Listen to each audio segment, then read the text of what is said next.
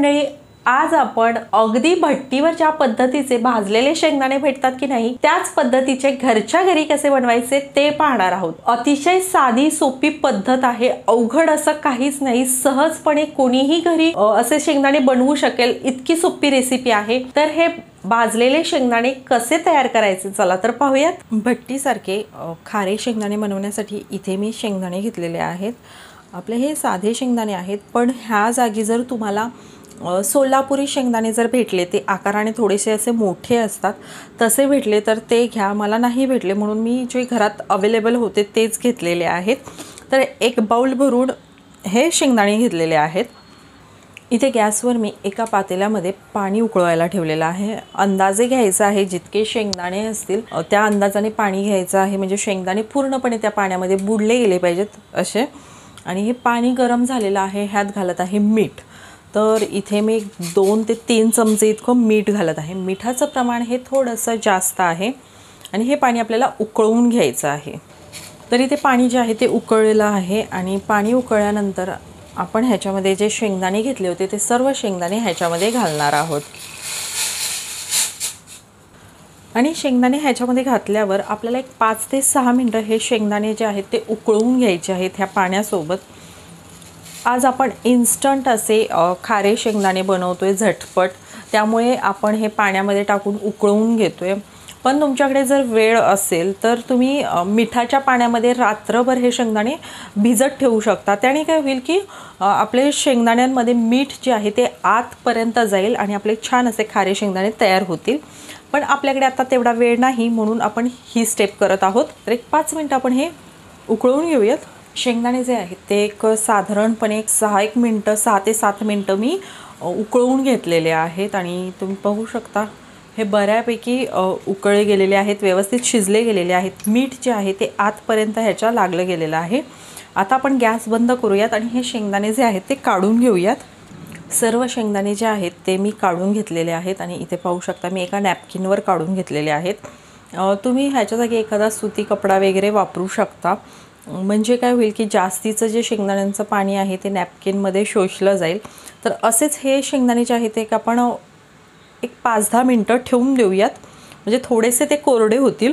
आपण जे शेंगदाणे शिजवून घेतले होते त्याला साधारण एक 10 मिनिटं झालेले आहेत। आपण इथे एका नॅपकिनवर पसरून ठेवलेले आहेत आणि बऱ्यापैकी कोरडे झालेले आहेत, तुम्ही पाहू शकता। त्याला पूर्ण काही वाळवण्याची गरज नाही। आता आपण हे भाजायला घेऊयात।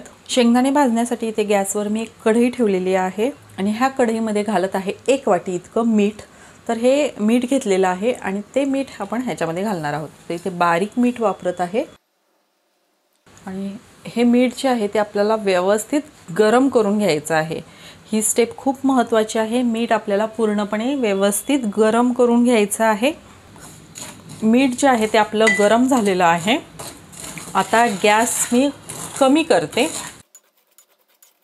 आणि गॅस कमी करून आपण जे शेंगदाणे शिजवून घेतलेले आहेत ते घालत आहे। सर्व एकदम नाही घालायचे, थोडे थोडे घालायचे आहेत आणि बारीक गॅसवर आपल्याला हे शेंगदाणे ह्या मिठासोबत भाजून घ्यायचे आहेत। तर इथे पाहू शकता ह्या शेंगदाण्यांना सर्व मीठ जे आहे ते आपलं चिकटलेलं आहे।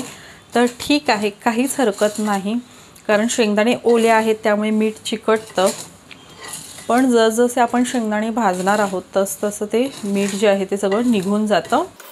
आणि इथे कुठेच गडबड करायची नाही, गॅस फास्ट करायचा नाही, बारीक गॅसवर भाजायचे, म्हणजे छान असे खरपूस खमंग हे शेंगदाणे भाजले जातात। इथे साधारणपणे 7 ते 8 मिनिटं झालेली आहेत। आपण हे शेंगदाणे जे आहेत ते बारीक गॅसवर भाजत आहोत आणि आता बघू शकता आपण ज्यावेळी शेंगदाणे टाकले होते तर सर्व मीठ जे आहे ते ह्या शेंगदाण्यांना चिकटलं होतं, कोट झालं होतं। पण जसजसे हे भाजले जात आहे ते मीठ जे आहे ते वेगळं होत आहे आणि शेंगदाण्यांचा रंगसुद्धा बदललेला आहे, पाहू शकता। पण अजून हे आपले शेंगदाणे पूर्णपणे भाजले गेलेले नाहीत, अजून एक 8 ते 9 मिनिटं लागतील आपल्याला बारीक गॅसवर हे शेंगदाणे भाजायला। तर आपण हे भाजून घेऊयात। अगदी भट्टीसारखे शेंगदाणे जे आहेत ते आपले घरच्या घरी बनवून तयार होतात। अतिशय साध्या सोपी पद्धत आहे, अवघड असं काहीच नाही। आणखीन एक 9 ते 10 मिनिटं आपण हे शेंगदाणे जे आहेत ते भाजून घेतलेले आहेत. आणि आता हे भाजताना याचा आवाज आहे की नाही शेंगदाण्यांचा तो थोडा वेगळा येतोय. आता आपण चेक करूयात शेंगदाणे भाजले आहेत का. आता परफेक्ट शेंगदाणे हे भाजले गेलेत की नाही हे कसं ओळखायचं. तर शेंगदाणा घ्यायचा आहे असा आणि त्याचं साल हे पहा सहज निघतंय आणि अतिशय कुरकुरीत असं झालेलं आहे हे बघा. म्हणजे आपले शेंगदाणे हे व्यवस्थित भाजले गेलेले आहेत. आता आपण ते काढून घेऊयात. तर इथे एक झाऱ्याच्या साहाय्याने आपण हे शेंगदाणे काढायचे म्हणजे काय होईल की जे मीठ आहे ते खाली राहतं आणि आपले शेंगदाणे आपले निघून येतात. तुम्हाला आवाजही येत असेल. मस्त असे शेंगदाणे आपले भाजले गेलेले आहेत. अशाच पद्धतीने आपण सर्व शेंगदाणे जे आहे ते भाजून घेऊयात. आपले सर्व शेंगदाणे जे आहेत ते भाजून झालेले आहेत. आता गॅस जो आहे तो बंद करते. आणि आता आपले शेंगदाणे इथे भाजून झालेले आहेत. पण ह्या मिठाचं करायचं काय. तर हे मीठ फेकून द्यायचं का. नाही, अजिबात नाही. हे मीठ जे आहे ते पूर्णपणे थंड करून घ्यायचं आहे. आणि थंड झालं की एखाद्या डब्यामध्ये वगैरे तुम्ही भरून ठेवू शकता. आणि परत ज्यावेळी तुम्ही शेंगदाणे वगैरे भाजायचे असतील तर ते रियूज करू शकता. तर इथे हे आपले मस्त असे भट्टीसारखे खारे शेंगदाणे जे आहेत ते घरच्या घरी बनवून तयार आहेत. आणि तुम्ही पाहू शकता मस्त झालेले आहेत. अतिशय खुसखुशीत कुरकुरीत असे झालेले आहेत. तुम्हीही अशा पद्धतीने करून पहा. खूप छान होतात. म्हणजे ज्या पद्धतीचे आपण विकत शेंगदाणे आणतो की नाही खारे अगदी परफेक्ट त्याच पद्धतीचे हे घरीसुद्धा बनवून तयार होतात.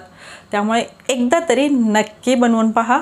तर तुम्हाला आजची रेसिपी कशी वाटली हे कमेंटमध्ये नक्की सांगा. आवडली असेल तर लाईक करा, शेअर करा. आणि चॅनलवर नवीन असाल, चॅनलला सबस्क्राईब केलं नसेल तर नक्की सबस्क्राईब करा. पुन्हा भेटूयात अशाच एखाद्या छानशा रेसिपीसोबत. तोपर्यंत बाय बाय.